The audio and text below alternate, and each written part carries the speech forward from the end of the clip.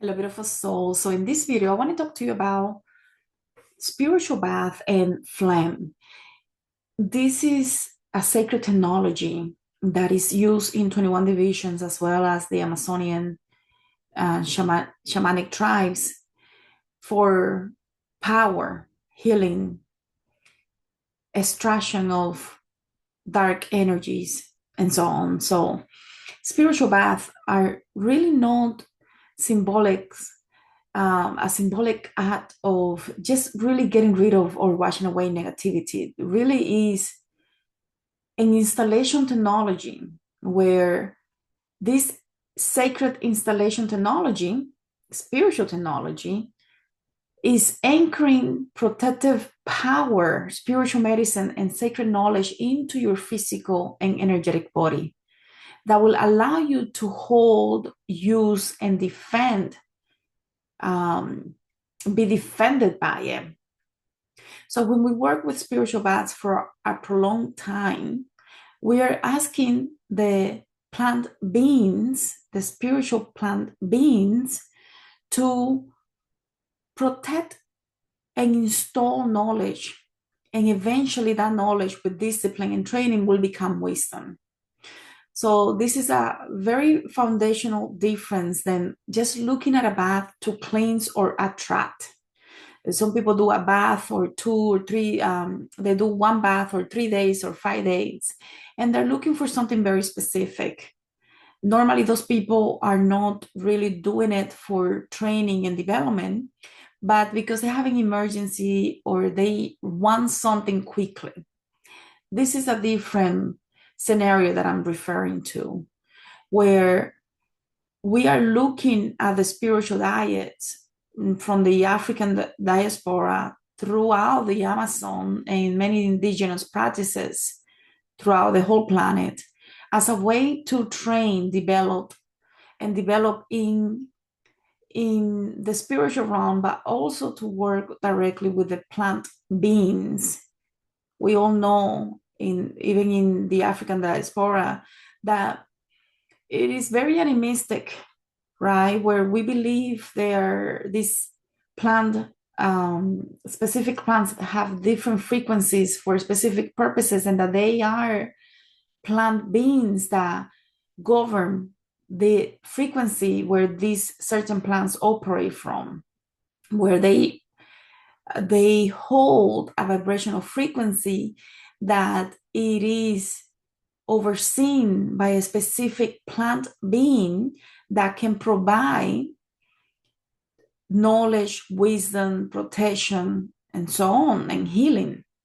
So central to this understanding of how this installation actually occurs is something that many people will never consider. They will never consider that this is an aspect that is very crucial, and that many people, they may have never even crossed their mind that the flame that is being stored or released is giving us the clues of what's happening with the person. So yeah, I'm talking about phlegm, like, when we have mucus and the phlegm is coming out, and then we have a cold or a virus and there is phlegm coming out. That's what I'm talking about. So this substance that we have been taught to see as waste, as gross, that something that we want to expel out of the body, right? We want to get it out because we're sick. We want to get it out.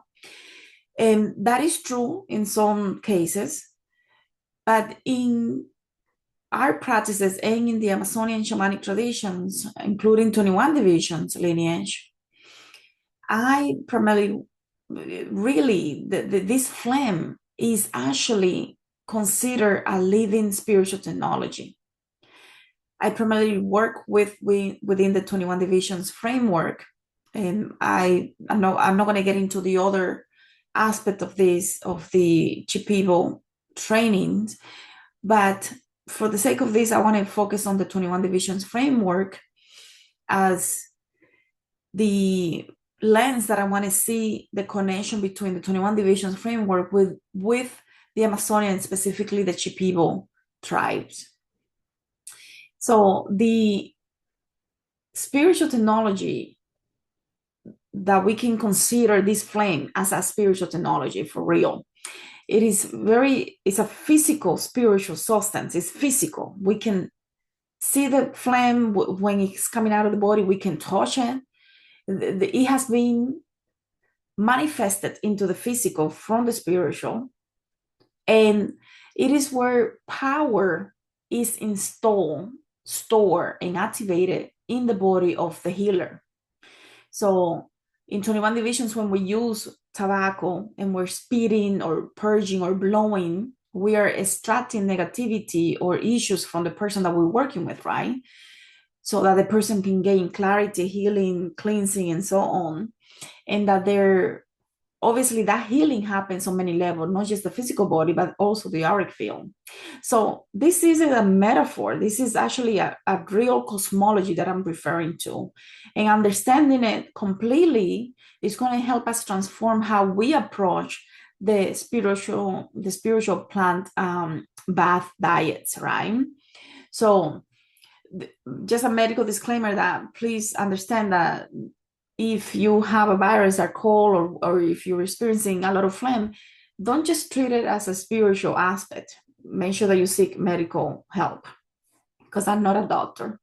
So the way that I come into this work is primarily through 21 divisions, which is a very living, very real ancestral shamanic practice rooted in the African diaspora, the Taino indigenous wisdom, and the European Catholic mysticism. So in 21 divisions, we understand that los misterios, the mysteries, the luaces, don't just give advice or emotional comfort. They are installing themselves in the bodies of the horses, the caballos, their medians, and their children, and so on, by providing puntos. Sometimes the mysterios will say, this is my child. This means that we are chosen by the specific mystery to work with us, or that we can work with them, and that they are taking accountability for us. And that means that they will start giving us specific puntos so that we can sustain their vibrational field and transmit knowledge and wisdom to us, specifically through the dreams. Or meditations. The meditations when we're doing prayer work, or when we are doing community prayers and so on. So this installation is literal. When a spirit mounts you, when you receive a punto, a spiritual seal, right? Or resguardo, or protección, which is a protection. When the elder is blowing aguardiente and tobacco smoke over your crown and your neck and so on, something material is being transferred. So when this material, this power that is cleansing us from the healer, the priest, the mambo, the hugam, the medicine man, medicine woman, that means that they're transferring something, or they're removing something. So power moves from one body to another. The spirit leaves their mark, their essence, their protective force inside you. So if it is an installation and not a removal, you're going to notice that you're going to feel a specific way when you receive the smoke, when you receive the blow, when you receive, or when you're in connection with a healer and they're blowing or humming or singing or praying, and something internally is happening with you because they are working with your organism and the different layers of your body. So this is also similar to what happens in the Amazonian plant diets, where both traditions really are recognizing that healing is not a processing situation. It is an installation. An installation, you don't really think your way through the spiritual protection. You don't analyze it. You don't really get to understand it. You receive it, you embody it, and it becomes a vessel for you. Very different than processing through the mind, like really thinking your way through it. So this is something that in Western medicine, we really don't understand. The Western mind has a hard time with this, because in the clinical model, when you're purging the phlegm, even if it is in a ceremony and you're working with someone that sees life through the Western approach, what they're going to see is, okay, you're releasing toxins or biological, this is a biological substance that you're releasing, um, maybe an emotion. But there's also another side of that, and normally we don't really talk about, mostly because it's safe for those that are going into certain initiations, and that is that the flame, this flame that is containing the healer's power. When the person is going through initiation to become a healer, the flame is containing the healer's power. And when the healer is working with someone and the person is purging flame, la flema, right? The waste, it is because the healer is taking out things, dark, heavy energy, programming, curses that the person, the client, the patient has taken on. So the healer is moving the flame in order for the waste, the darts, the magic, the attacks that has been sent to the person, whether it is from 1,000 years ago or through another dimensional being that is sending specific bad energy or softening your energy. The healer is sucking away that in order for you to purge the damage, because it has to come out of the body. So in 21 divisions, we see the same principle operating through a different language, where someone is being worked on by the spirits and the healer, and they're in a ceremony and they're receiving the baños, the spiritual bath. The purging may occur through obviously vomiting, sweeping, weeping, sweating, burping, crying, right? Like when they're weeping and really it's very deep and sorrowful, or they're coughing and or actually putting out phlegm. They're different colors, and the different colors are also indicating what it could be. So we're going to go through that in a little bit, but the flame that is understood as a physical manifestation of spiritual warfare and cleansing is required. So the spirits, along with the healer, are helping to extract what doesn't belong. They're removing trabajos. The healer is acting as the physical body that can hold the energy of the spirits. So really the person doing the work is the spirits, right? The person is just a vessel for the spirits to work through them. So they're removing trabajo, spiritual work that has been sent against you, whether it is from you, from past lives, other lives, family curses, a generational trauma, or other disembodied energies, or just heavy burdens that you've been carrying, or astral parasites. So they're making space to install what belongs and remove what doesn't belong. So what belongs is your power, your protection, right? Your spiritual inheritance. So flame really is a living armor. The flame stored in the healer's chest or the stomach is acting as a like a biohazmat suit that is really an armor and is encasing spiritual weapons that the healer, the shaman, the medicine man, medicine woman can call to protect, to cut, to even do harm in some cases, depending on what is it that is sending the attack, which is, it takes a lot of discipline for someone not to let that go into their head, right? So in 21 divisions, we understand the same by looking at the concept of spiritual shielding. When the mysterios and the spirits that you work with, you carry their puntos, their points, their resguardo. You're carrying immense power.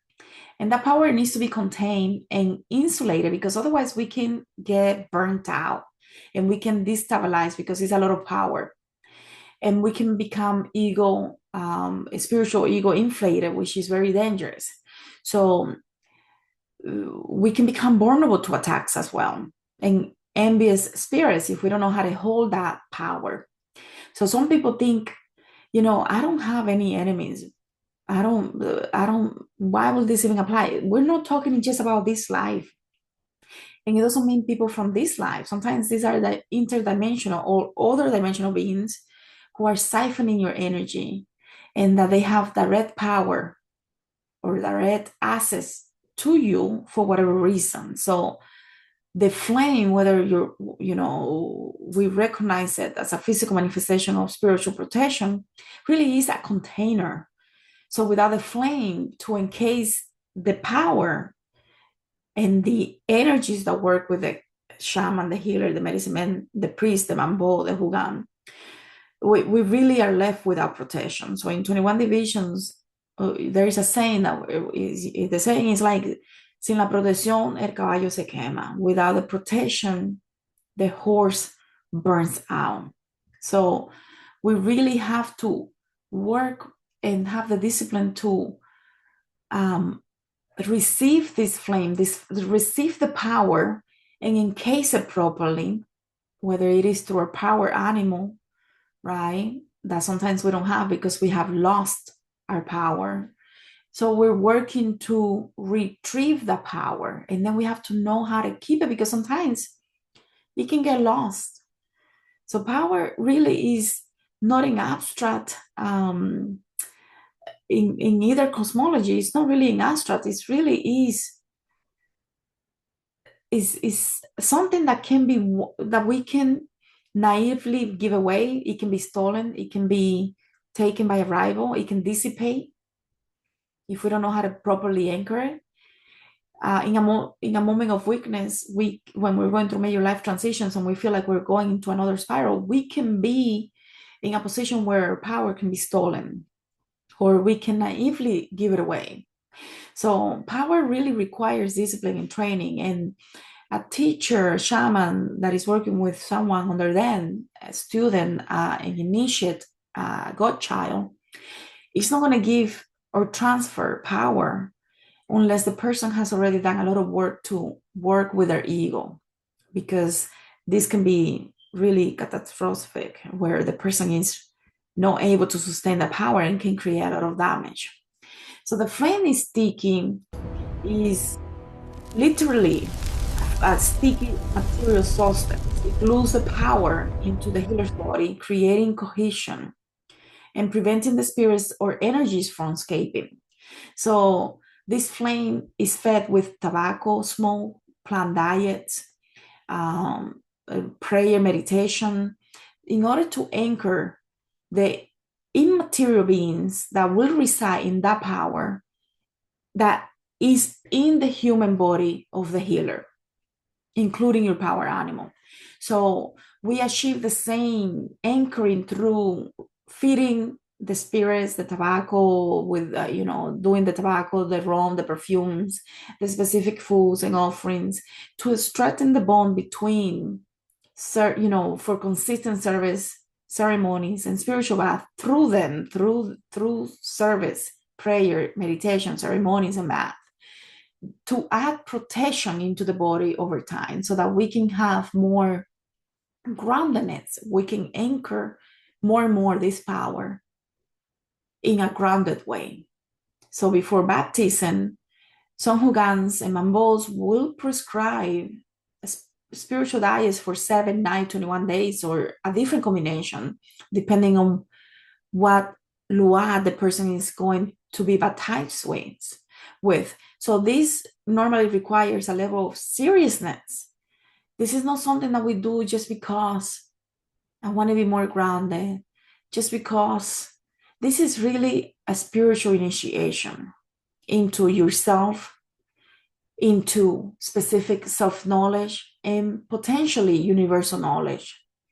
Potentially, your inner guide can be revealed in this process when you do a longer 21 days diet.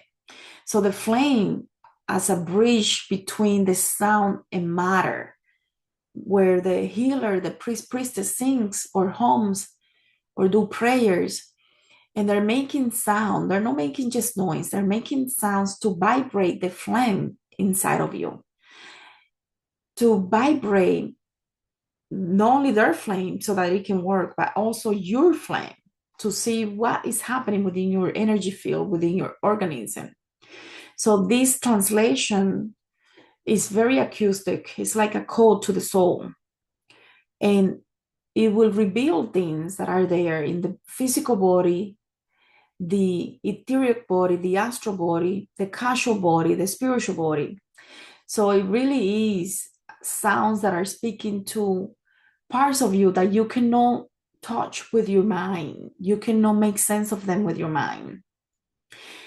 In 21 divisions, when a caballo, a horse medium, is singing a canto, a prayer song, or blowing or humming, or using different ingredients from the altar, or speaking sacred words, or humming, or activating a punto, we are doing the same thing with sound, whether it is inner or outer sound. So the prayers become very powerful and invisible.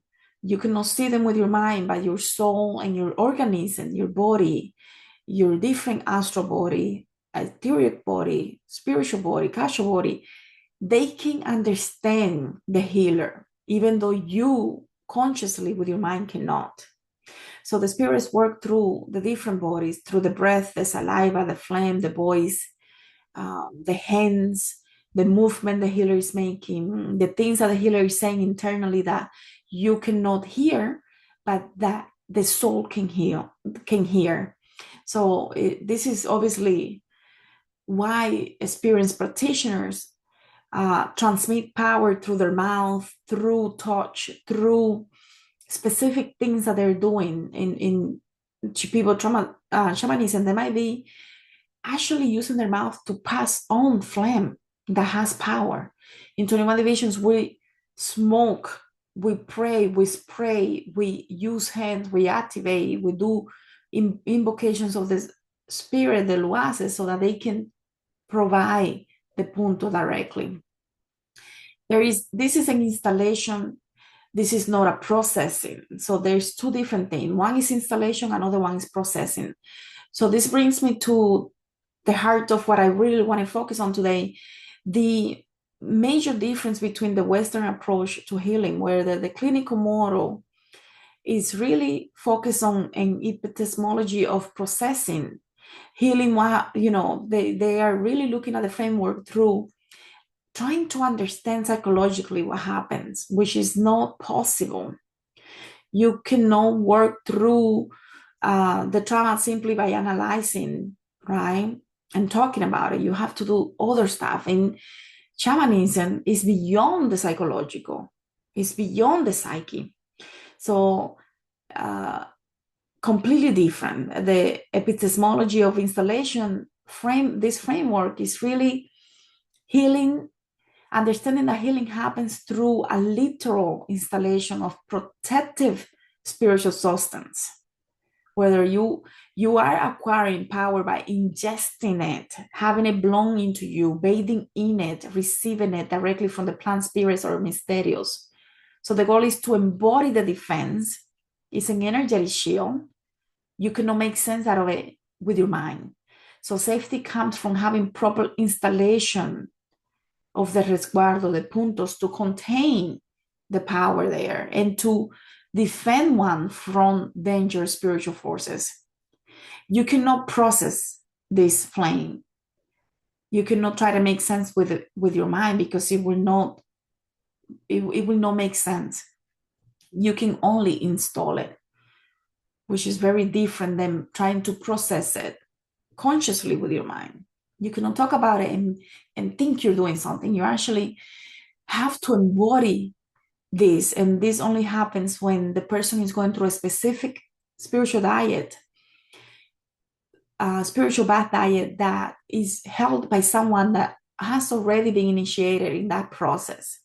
Otherwise, you only have specific, you don't have the full, you don't have the fullness of it when you do it by yourself. So a lot of the teachings, you take the bathing, a lot of the teachings are going to come in the dreams. In the dreams where the luases, the plant beings themselves are going to speak to you, teach you, give you guidance, reveal things about yourself or about the universe, or both. So when you are purging phlegm during a diet or during a ceremony, you are really releasing an attack a spiritual attack or a very heavy belief that has been programmed at the soul level for not only from this life, but potentially from many lifetimes. You could be releasing jealousy, envy, evil eye, mal de ojo, envidia, because it lodges into the body when we receive brujeria, envidia, the evil eye, the mal de ojo. It stays in the body. It attacks the body and it stays in the body. That's why we have to do the spiritual bath often when we are working in the spiritual realm seriously, because otherwise we can become seriously congested by all of these things that we pick up in the astral if we don't clean ourselves. So when you're receiving the spiritual bath or are participating in spiritual ceremonies and you suddenly start coughing up thick flame, vomiting or purging heavily, right? That's the extraction itself. The healer and spirits are physically removing the trabajo from your body. So the illness that is caused by the different objects, the darts, the spines, the biotes, sent by sorcerers or spirits or curses from previous lifetimes or family curses, are encased in the flame. So when you purge that flame, you're physically ejecting the materialized spiritual attack. So this is a spiritual surgery, not a metaphor. You're removing a foreign object that was literally logged into your energetic body. So this is what we call the epistemology of processing, of installation, not processing, because processing is not enough in this case, right? So when we're processing, releasing the emotion, right? Sometimes we're like, what are we like? Where is this coming? We have no idea where it's coming from. And the epistemology of installation will call this an extraction. So processing through the conscious mind will not work. Yeah, we can be releasing an emotion, but there is so much more there. There was actually an object attached to that emotion and a belief attached to that emotion. And that's part of the extraction. So a warning for the healers in training is that when we are in ceremony, spiritual ceremonies, whether it is through a specific 21 division ceremony or a shamanic ceremony with plant medicine and so on, and you start coughing and you start purging, you may be coughing up your power because the phlegm in your body is your power, right? So when you start vomiting uncontrollably and you have no power over that, you may wrongly get rid of your own power.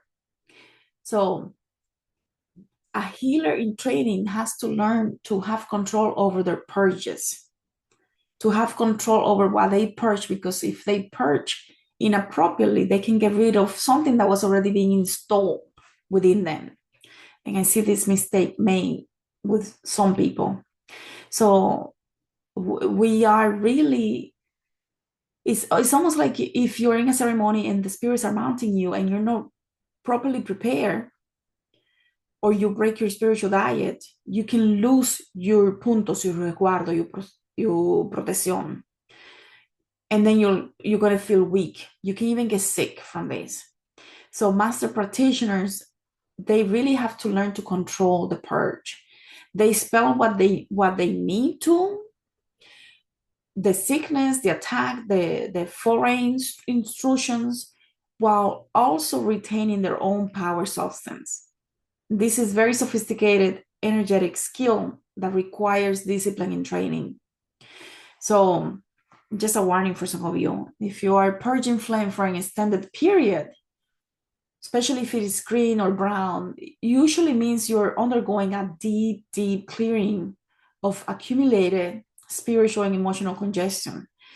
So you're releasing, clearing a carga, a heavy burden you've carried, sometimes for many lifetimes. This could be ancestral trauma passed through the bloodline, spiritual debris absorbed from serving others, which is very common for healers, old trabajos that were never fully removed, grief, heartbreak, and unexpected emotions stored in your body, or residue of difficult initiations or spiritual battles. So sometimes it can be some of those things and many of those things. The green flame could also be associated with stagnant grief, especially from childhood or the maternal lineage, or heart space blockages that you're clearing, you know, store heartbreak, difficult receive, when also when people have difficulty receiving love or absorbing other people's energy naturally. This is especially for empath and healers, or all sorcery residues or ancestral trabajos. The brown flame indicates very, very old stock energy that has been calcified due to trauma.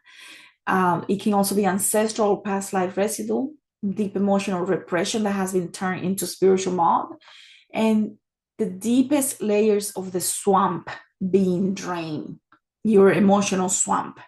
So when the plants are pushing this material out over time, or when the mysterious keep working on you through repeated baths and ceremonies, they're draining the inner swamp. They're clearing space so that the new protective power can be properly installed.